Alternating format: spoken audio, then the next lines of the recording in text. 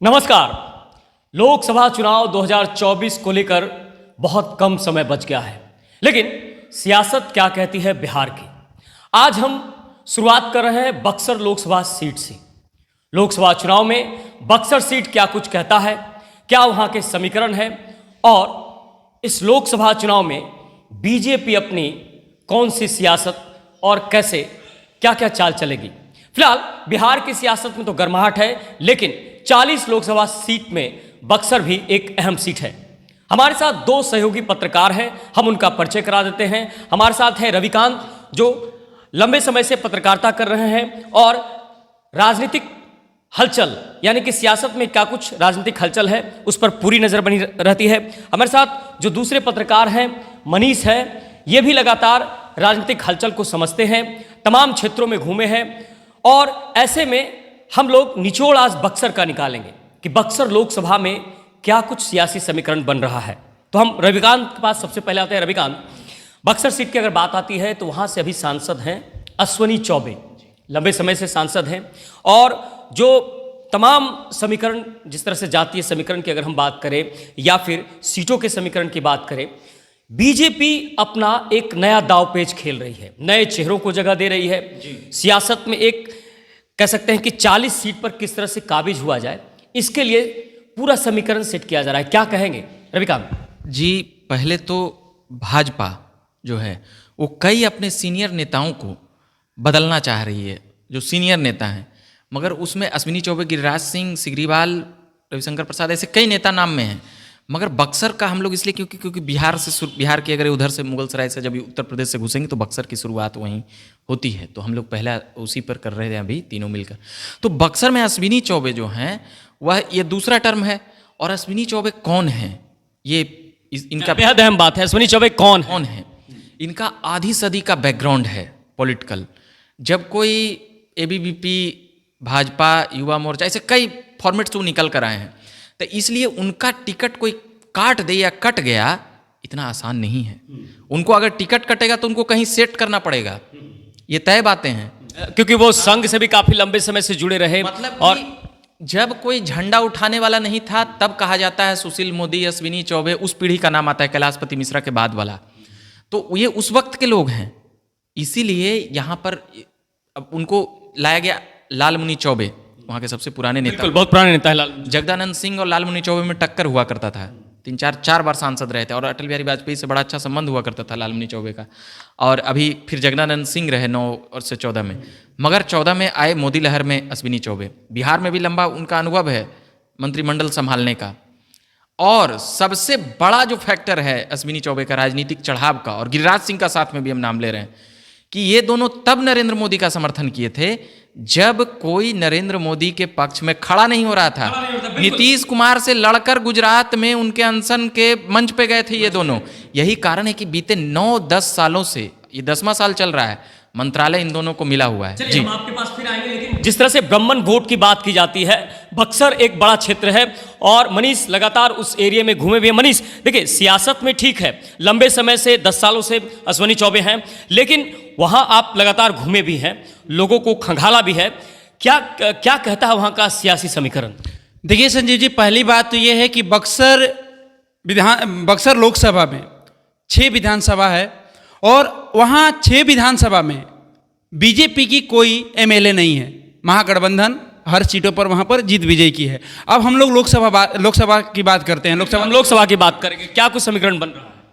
पहली बात यह है कि 10 साल से लगातार अश्विनी चौबे वहाँ पर सांसद, 2 बार से सांसद बने रह रहे हैं। अब इस बार क्या है, बीजेपी नई चेहरे को सामने ला रही है, जिसमें कयास लगाया जा रहा है कि 5-6 जो एमएलए एमपी हैं उनका टिकट कटने वाला है बीजेपी से। अब बक्सर विश्वामित्र की धरती मानी जाती है, बहुमूल्य ब्राह्मण क्षेत्र मानी जाती है। लालमुनि चौबे पहले लगातार रहे, उसके बाद एक बार जगदानंद सिंह रहे जो राजद से रहे, उसके बाद 2 बार से अश्विनी चौबे जी रह रहे हैं। अब इस बार की जो समीकरण है, हो सकता है ये कयास लगाया जा रहा है, बीजेपी पार्टी क्या करेगी, क्या टिकट काटेगी, या अश्विनी चौबे जी की, जैसे रविकांत जी ने कहा कि अगर उनकी टिकट कटती है तो उनको कहीं ना कहीं अस्थायी देना पड़ेगा, उनको शिफ्ट किया जाएगा। तो अब बात निकल के सामने ये आ रही है कि फिर नया चेहरा कौन रहेगा, ये समझ नहीं, नया चेहरा कौन, फिर नया चेहरा कौन रहेगा। आखिर जनता किसको पसंद करेगी? जिस तरह से बीजेपी, आप देख लीजिए 3 राज्यों में जो चुनाव हुआ, मध्य प्रदेश, छत्तीसगढ़। लेकिन हम आपको इसलिए रोक रहे हैं कि आप बताइए, क्योंकि आपने घूमा है, कई विधानसभा क्षेत्रों में घुमा, वहाँ के लोग क्या कर रहे हैं बक्सर के लिए? देखिए, चुनाव में नेता आते हैं, नेता जाते हैं, पार्टियां अपनी तरह से समीकरण सेट करती हैं, लेकिन फिलहाल जो सबसे बड़ा मुद्दा होता है कि जनता क्या चाहती है। जनता के बीच आप गए, वो जनता की वहाँ क्या नब्ज टटाला क्या कर? देखिए, बक्सर की जनता अगर सच में कहे ना तो चौबे जी से इस बार काफी खफा नजर आ रही है। हो सकता है चौबे जी का अगर सीट इस बार मिलता है तो मोदी की लहर में भले ही जीत जाए, लेकिन चौबे जी से काफी नाखुश जनता वहां की, नाराजगी चल रही है, नाराजगी काफी दिखी है। कई शिकायत है, एक कहे तो क्या कहें हम, कई शिकायतें हैं।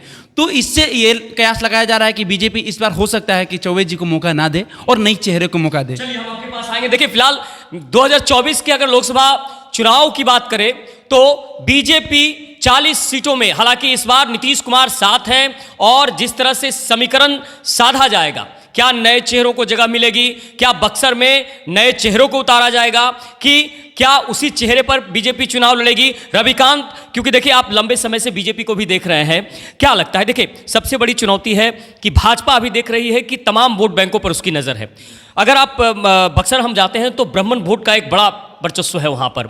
ऐसे में लालमुनि चौबे लंबे समय तक रहे, जगदानंद सिंह की आपने बात की, रामगढ़ जो क्षेत्र है वहाँ से भी उनका एक अच्छा दबदबा रहा है, लेकिन क्या नए चेहरों की अगर बात आती है तो आपको क्या लगता है इस पूरे समीकरण? 3-4 नाम तो एनी टाइम लिस्ट में रहता ही है, और भाजपा की ये भी नीति रही है कि ज़्यादा उम्र हो गया है तो बदल दो। तो कई लोगों को बात करके, प्रधानमंत्री अगर कोई नाराज हो जाए तो बड़े नेता बात करके उसको मनाते हैं, शिफ्ट करते हैं, कहीं एडजस्ट करते हैं।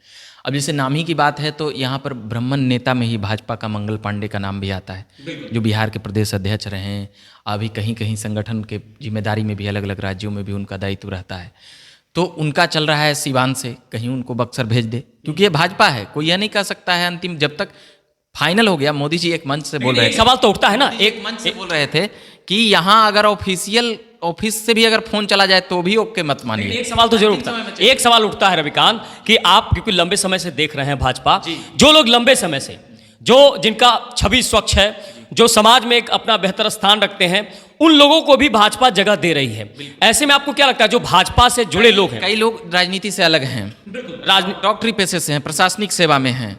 डॉक्टर मनोज एक IPS वहाँ से रिजाइन करके आए हैं, उनकी खबरें भी खूब। आनंद मिश्रा वो भी आए हैं, उनका भी कहना है कि हमको आश्वासन मिला है। आश्वासन मिला होगा तभी ना IPS की नौकरी छोड़ दिए भाई।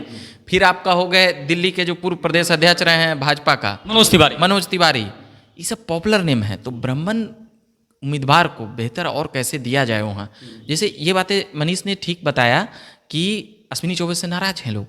आप माइक लगाकर पूछिए, सांसद से कोई खुश नहीं है ज़्यादा लोग, कोई अपने सांसद विधायक को, सांसद से अगर खुश नहीं है तो फिर जनता जनार्दन के लिए तो सांसद उसी के लिए ना बनते हैं। तो यहाँ पर देखिए, मोदी एक ऐसा नाम और इतना बड़ा फैक्टर हो चुके हैं देश में कि ये लोग, देखिए बिहार के कई सांसद, दर्जनों सांसद पहली बार सदन में कैसे पहुँचे?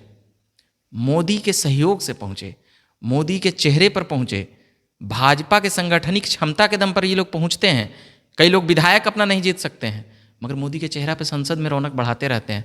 ऐसा बोलते हैं कभी कभी कि लगता है ये लोग पूरा एकदम समाज सेवा करते में चले जाएं एक बार मोदी तो क्या है, मगर ऐसा कुछ होता नहीं है, जान लीजिए संजीव जी। तो यहाँ पर विषय ये है कि जो इनका टॉप लीडर है, इतना स्ट्रांग है, इतना पॉजिटिव है कि गुंडा, मवाली, तस्कर कोई भी जीत कर आ जाता है। ये भी एक महत्वपूर्ण बात। नरेंद्र मोदी एक ऐसा चेहरा है जिस पर कहीं ना कहीं सारी चीजों पर कयास नहीं जीत सकते थे, वो पहुंच गए, सदन गए, सांसद बन गए, मंत्री बन गए। यही जिनका चर्चा कर रहे हैं, अश्विनी चौबे आज तक सांसद नहीं बने थे, गिरिराज सिंह आज तक सांसद नहीं बने थे। ये दोनों 10 साल से वहां, और ऐसे कई नाम है, ये दोनों तो ऑप्शन में हैं और कई नाम है। अब इनके पास आते हैं। बक्सर अगर विधानसभा क्षेत्रों की बात की जाए, माफ कीजिए, लोकसभा क्षेत्रों की बात की जाए, उसमें जो विधानसभा क्षेत्र में जातीय समीकरण बहुत मायने रखता है। क्योंकि देखिए, लोकसभा का जो चुनाव होता है वो अलग होता है, विधानसभा का चुनाव अलग होता है। अभी रविकांत ने बताया कि ये भाजपा है, किसको टिकट देगी, किसको नहीं देगी, किसी को नहीं पता। अब सवाल उठता है कि जब हम जातीय समीकरण पे आते हैं तो आपको क्या लगता है वहाँ का समीकरण क्या कहता है? देखिए संजीव जी, लोकसभा में खास करके हम 2019 चुनाव जब कवर किए थे, लोकसभा चुनाव 2019, गठबंधन में बहुत लोग थे। चिराग जी उस समय थे, नीतीश जी थे, लेकिन सिर्फ ओनली वन मोदी के चेहरे पर वोटिंग लोग करने के लिए तैयार थे। वहां जातीय समीकरण नहीं दिख रही थी। 2019 की हम बात कर रहे थे कि कई एमओआई है तो मुमकिन है।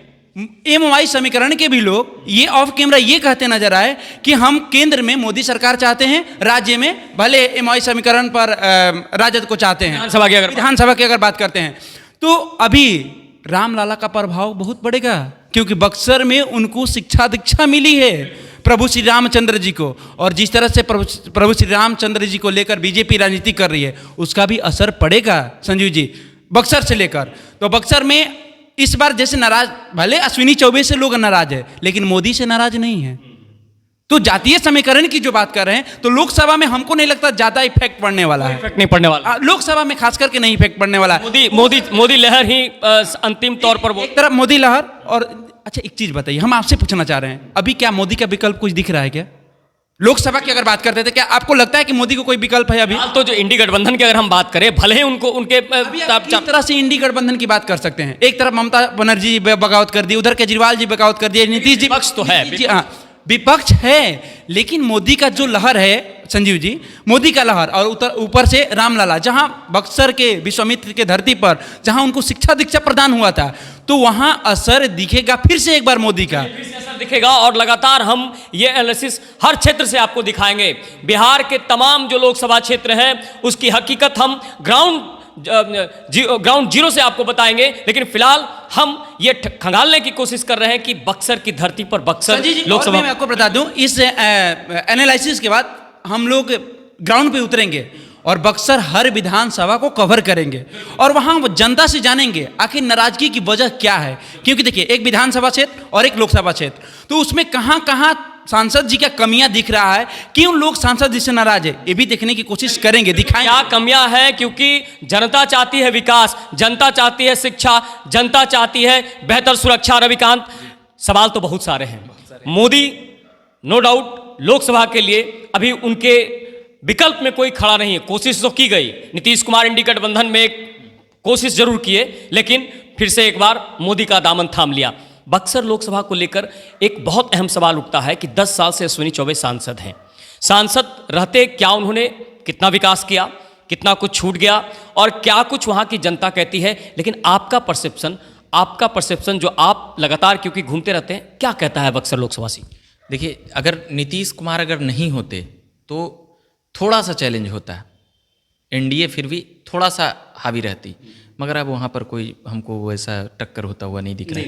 क्योंकि नीतीश कुमार का क्रेज कितना भी घट गया, 10-12% वोट से ज़्यादा नीचे नहीं गिरा है। हर 10 में से एक आदमी नीतीश के लिए तो चाहेगा ही चाहेगा।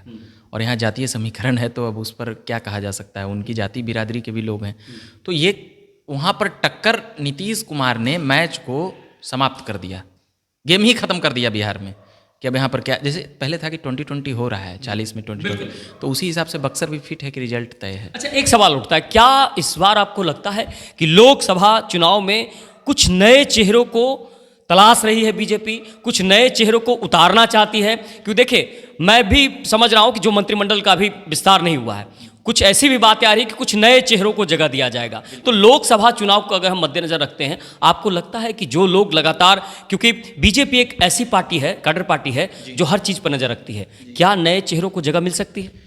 बिल्कुल मिल सकती है। जो बिहार बीजेपी के प्रदेश अध्यक्ष हैं, उनके आए हुए 5-6 साल ही हुआ है, तो अब उस भाजपा और इस भाजपा में बहुत आसमान जमीन का अंतर है। हाँ, तो अब है कि आप नेता होना चाहिए, आप में क्षमता वहाँ पर, जैसे जेपी नड्डा बोलते हैं ना कि कई मानकों से हम लोग कसते हैं, देखते हैं बैकग्राउंड, ये वो लंदफन, तब नेता का डिसाइड करते हैं। चलिए, नेता का डिसाइड करते हैं। अंतिम सवाल बहुत संक्षेप में, क्या लगता है, क्योंकि आप लगातार बक्सर की धरती पर, वहाँ पर ग्राउंड जीरो से लगातार रिपोर्टिंग भी किए हैं, क्या लगता है बक्सर में क्या नए चेहरों को भी जगह मिल सकती है? हम लोग लगातार ग्राउंड रिपोर्टिंग किए हैं, वहाँ कोई भी ऐसा व्यक्ति नहीं मिला जो सांसद जी का तारीफ करते नजर आए।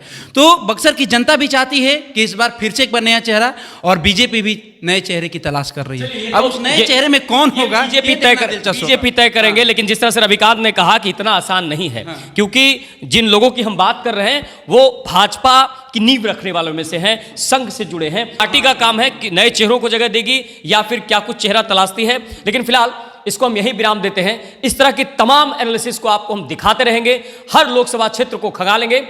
आप हम तीनों को इजाजत दीजिए। नमस्कार।